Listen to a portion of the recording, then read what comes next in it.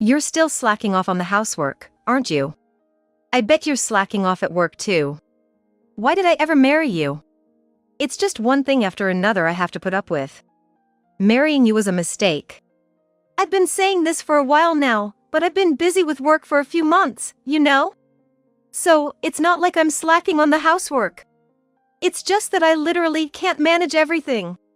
I get that you're busy too, but wouldn't it be nice if you helped out a little around the house? What? You want to divide the housework? How busy can your job be? That's exactly what I mean by slacking off. You're hopeless. I'm done, I want a divorce. A divorce, just like that? Don't you think that's jumping to conclusions? How about we try to talk it out and meet each other halfway? No need for that. It's clear as day that you're just holding me back.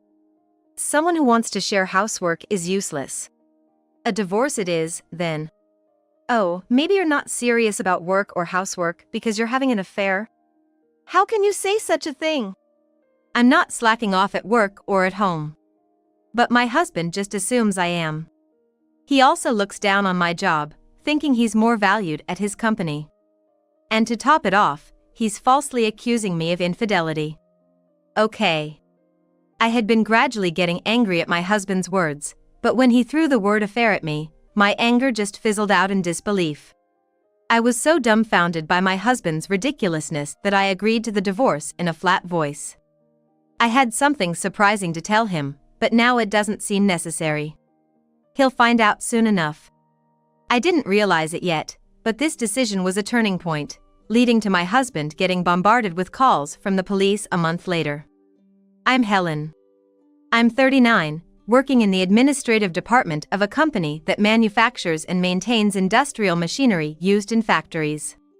I joined the company as a salesperson but was transferred about 5 years ago. Though I felt a bit let down about not being able to use my sales skills anymore, our administrative department also handles accounting, HR, and legal matters. I often interact with people outside the company, so my sales skills do come in handy. Also, my job has broadened, allowing me to learn various skills, which I find fulfilling as someone who's been career-focused.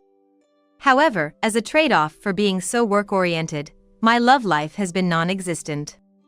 The last time I had a boyfriend was in my sophomore year of college, a distant memory now. I thought trying to get married now would be as absurd as trying to be a chef without ever holding a knife. So, I had given up on marriage and was okay with it. That changed 3 years ago. I'll be working in the sales department. Nice to meet you. That's when my husband, David, joined my company. He stood tall, with a confident and clear greeting, giving off a serious, athletic vibe. Though David is only 2 years younger than me, he has a youthful face. At that time, I had a good impression of him, but purely in a professional sense. Having left romantic feelings far behind, I didn't care much about looks or personality. My focus was on whether someone was competent at work. So, Helen, you've been in sales all along, right? Yes, that's right. If you have any questions, feel free to ask. I think I can help with quite a few things. Really? That would be great. I'll also benefit from your help.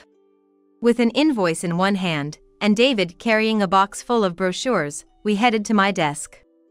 Being new, David often got tasked with errands. And since I was in charge of managing supplies and events in the admin department, we ended up working together quite a bit. As we got near my desk, David carefully set down the heavy box, then said something that took me by surprise. Helen, you're good at your job, you're kind, and you're beautiful. You must be popular, right? Huh? It must have been just small talk for him. But having long forgotten that I'm a woman, I didn't know how to react to his compliment and ended up blushing and stumbling over my words. Not just beautiful, but you also have such an adorable reaction. Don't get too cocky just because you're new here. I racked my brain desperately and managed to come up with a response that clearly seemed like an embarrassed cover-up. Maybe it would have been better if I hadn't said anything at all. Seeing my face turn even redder and a light sweat forming on my forehead, David laughed. Some might think it was rude for a junior to act this way towards a senior. But my interactions with David reignited romantic feelings I had long forgotten, and as he got to know me, he developed a fondness for me. Eventually, we started going out for meals after work and spending time together on weekends, which led to us dating. 2 years later, we got married. For me, who had almost given up on marriage just before turning 40, this was a significant turning point. However, it turned out to be a turn for the worse, not the better. I continued working after marriage. We worked in different departments but at the same workplace. Since we worked together, I could see how David performed and heard about his reputation from others. "Hey, can you check the materials for the client I'm visiting tomorrow? Let me see. This figure is wrong. Where did you get this from? Also, you should change the order of these headings. It doesn't flow well when explaining. Full of mistakes again.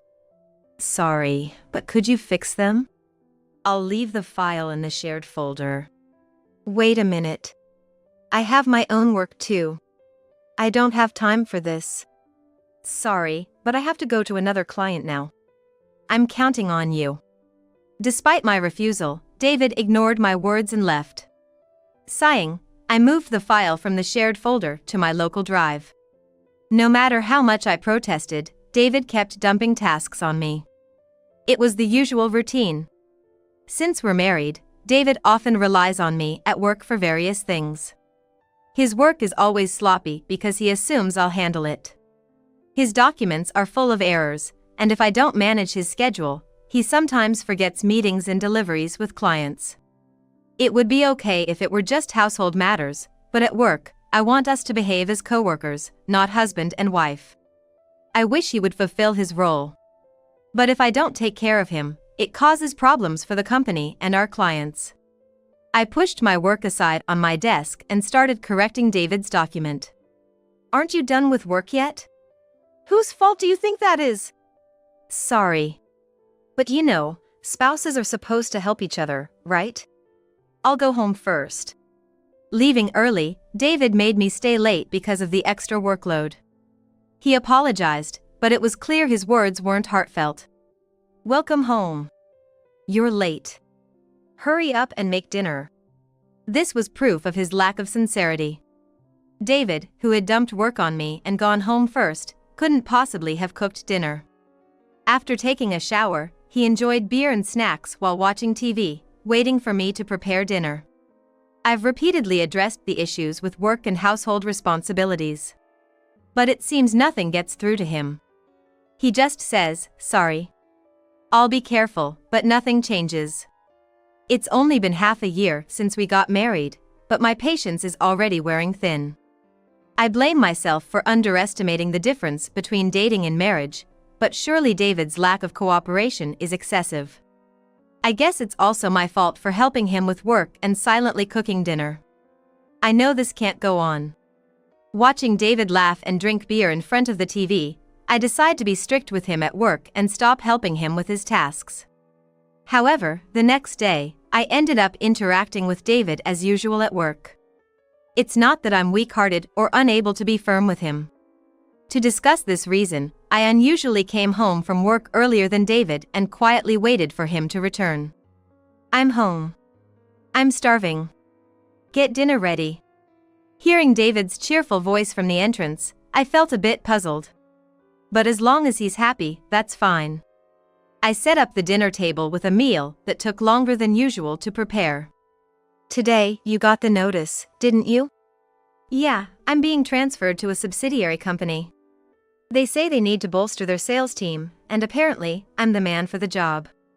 The sales director said it's a shame to let me go, but it's for the greater good of the company." "So, David, are you okay with that?" "They're making sure my salary stays the same, and the new office is commutable from here, so no problem, right?" "Oh, but yeah, changing environments is tough. I might have to relearn some aspects of the job, and I've been given the task of improving the sales force at the subsidiary. Work might get harder from now on, being relied upon like this is tough." David seems in good spirits and enjoys his dinner heartily. It looks like he's not too concerned about changing workplaces. That's fine by me. With him at a different workplace, he can no longer rely on me. So, there's no more need for me to be cautious about how we interact at work. I quietly continue preparing dinner. After moving to the new job, David starts coming home late because of his significant mission to boost the subsidiary's sales force. Is it because he is fulfilling his role? His language even sounds more professional now. The current company is more about maintaining the status quo than sales. The president, maybe due to his age, isn't keen on trying new things. The employees are too accustomed to their routine work. Really? Indeed, to survive in these times, it's essential to constantly try new things. But maybe the president is considering the risks? If something goes wrong, it could be bad for the company and the employees. It seems you don't get it. That's why you're not trusted with important roles like me. Making quick decisions and leading employees is the president's role, right? There's a rumor that the current president will be replaced soon, so the parent company shares my view. David, who talks excitedly about his work after returning home, gets so caught up in his conversation that he stops eating. It's only been about a month since he transferred to the subsidiary, but he already seems to think the place can't function without him. Having confidence isn't bad. But in David's case, it seems a bit misguided. His attitude has grown increasingly arrogant, and although he used to rely on me and be all sweet when we were at the parent company, now he's become quite critical. By the way, we ran out of shampoo yesterday, and there wasn't a replacement. Sorry, I haven't bought it yet. Use mine for now. What, you still haven't bought it? You've been slacking off lately, right? The other day, you came home later than me, and we had to order takeout or just heat up ready-made food. Hey, my work has gotten busier, you know. Unlike me, you're just a small cog in the company machine. You don't have big, responsible tasks. If you think you're busy, it's because you're inefficient. Don't use that as an excuse to slack off at home. That's not what I meant. No, that's exactly it. You're starting to develop a habit of slacking off. You need to be aware of it and fix it. I'm infuriated by David's words and stop eating. He, on the other hand, resumes his meal after saying what he wanted to. I have plenty to retort. It's David who's been slacking off all this time, not me. This would be the perfect moment to speak up. However, wanting to surprise David, I swallow my words. Waiting for the right moment will make it easier for him to realize his mistake. I silently resume eating. From then on, I let David's words slide, preparing to surprise him later. With me not fighting back, his attitude grows even larger. It must be nice, you know, just doing what you're told. My job is tough because I have to handle everything myself. Plus, I'm under enormous pressure to deliver results. David looks smug and pleased as he talks about the hardships of his job. He must feel good looking down on me. Let him underestimate me for now. He'll have to apologize to me properly later. I find satisfaction in that thought. As long as he's just using words, it's okay, but I'm a bit worried about something. Hey, is that a new watch? You bought a new suit recently too, right? Yeah, I did. As a key player in sales and the face of the company, appearances matter, right? If I wear cheap watches or suits, clients won't take me seriously. Well, as long as you're spending your own money, just don't come crying to me later when you're out of cash. Like I'd do that, I'm expected to excel in sales. Don't worry, my salary is only going to increase. David flaunts his brand new, shiny watch with pride. I can't help but feel envious of his carefree attitude. His spending isn't limited to watches and clothes. He started eating out more often, rarely having meals at home, and he goes out alone on weekends. Even if his salary does increase as he says, I only give him a small allowance now. I'm worried he'll run out of money and come crying to me later. Plus, since he's dining out, he comes home later than before. On weekends, he leaves in the morning and doesn't return until late at night. David says he's dining with clients or going out for work-related socializing, but with all the classic signs of infidelity, it's hard not to be suspicious. Can't you come home a bit earlier? I think time as a couple is important. My late return is because of work. I'm not like you, sitting at a desk all day. My job is essential for improving the company's image. Well, you probably wouldn't understand the importance of what I do. Whenever I probe a little about his work or why he's coming home late, David always yells. He's bad at keeping secrets. Which makes me wonder how he manages sales. I have no proof, but I'm convinced he's up to something shady. That's why, for the past month or so, his condescending remarks have been really getting on my nerves. You're still slacking off on the housework, aren't you? I'm not slacking off on housework. You're slacking off at work too, right? That's why you're inefficient. I'm not slacking off at work, and I definitely don't want to hear that from you. Why did I even marry you? I've had to put up with so much. Marrying you was a mistake. I've been the one putting up with everything for these 10 months of marriage. If anything, I'm still doing it. But I agree that the marriage was a mistake. However, deciding on divorce less than a year into marriage seems too hasty. We should at least look for ways to meet halfway. I've been saying for a while that my job has gotten busier these past few months, right? So, it's not that I'm slacking off on housework. It's just that I really can't manage everything. I understand you're busy with work, David, but wouldn't it be nice if you helped out a little at home? What? You want to share housework? What's so busy about your job? That's what I mean by slacking off. You're hopeless. I want a divorce. A divorce, just like that? Shouldn't we try to talk and compromise first? No need for that. It's clear to me you're just dragging me down. Someone who wants to share housework is useless. Divorce it is. Oh, maybe you're not serious about housework or your job because you're having an affair. How can you say such a thing? I want to believe this isn't real, covering my eyes and shaking my head side to side 3 times. I'd been slowly getting angry at David's words, but when he accused me of infidelity, I was so dumbfounded that my anger just fizzled out. Okay. Thinking David was ridiculously foolish, I agreed to the divorce in a deflated tone. There's no need to tell him the surprising thing I was keeping quiet about. He'll find out soon enough. Unbeknownst to me at the time, this decision would turn out to be a positive turning point. The divorce from David went smoothly. Since our marriage didn't even last a year, I've decided to seal away the memory and act as if it never happened. The only thing I regret is jumping at the chance to marry just before turning 40. Now, I've thrown away romantic feelings again and returned to being career-focused. I feel this lifestyle suits me better. A month after the divorce, I was thriving at work. Just as I was gearing up to keep pushing forward, a call from my ex-husband David cuts into my motivation. Hey! The cops have been calling me non-stop, and when I finally answered, they said they wanted to talk and told me to come to the station. Did you do something? His voice over the phone is loud enough to hurt my ears and also tremble. David seems to have guessed why the police called him and is quite scared. Yeah, I contacted the police. Well, more like the company did. What? The company? What do you mean? For the past month, you haven't noticed, but I became the president of the subsidiary company where you work. What? The new president is you? Don't lie. I've never seen you at the company, and there's no way someone like you could become a president. I wish he would stop subtly insulting me. I have experience in sales and have acquired various skills in administrative roles, including accounting, HR, and legal matters.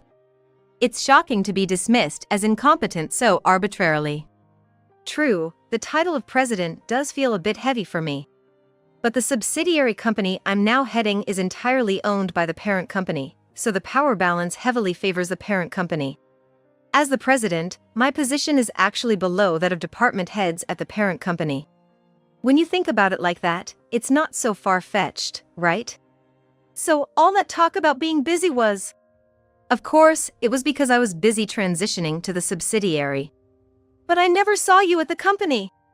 That's because I've been making sure not to show myself for this past month, to uncover your misdeeds. Misdeeds! You knew from the start. Yes, exactly from the day I became president. David was told by the sales director at the parent company to improve the sales force at the subsidiary.